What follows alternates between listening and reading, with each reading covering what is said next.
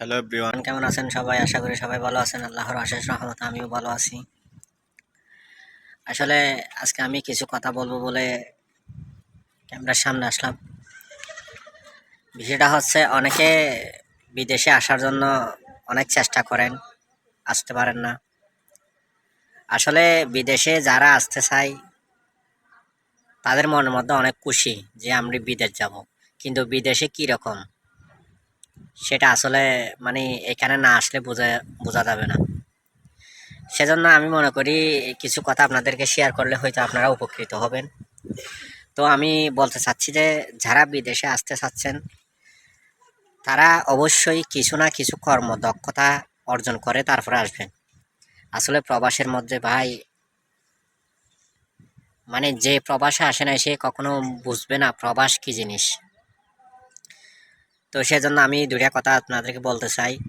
সেটা হচ্ছে এই, মনে করেন আপনি আর যদি কোনো ধরনের কাজের দক্ষতা থাকে, যেমন ইলেকট্রিশিয়ান, মেকানিক, মেনটেনেন্স, টেইলার্স, তারপরে যে কোনো একটা কাজের দক্ষতা যদি আপনার থাকে তাহলে আপনি বিদেশ আসতে পারেন।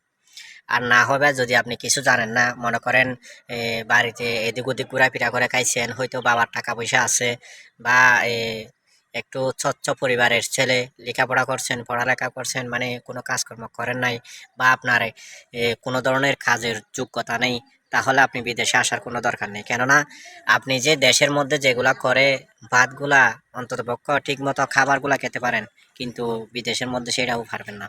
তো সেজন্য আমি বলতে চাচ্ছি যে মানে যদিও বিদেশে আসতে চান তাহলে কি করবেন, মানে কাজের দক্ষতা ঠিক করে তারপরে আপনি বিদেশের মধ্যে আসবেন।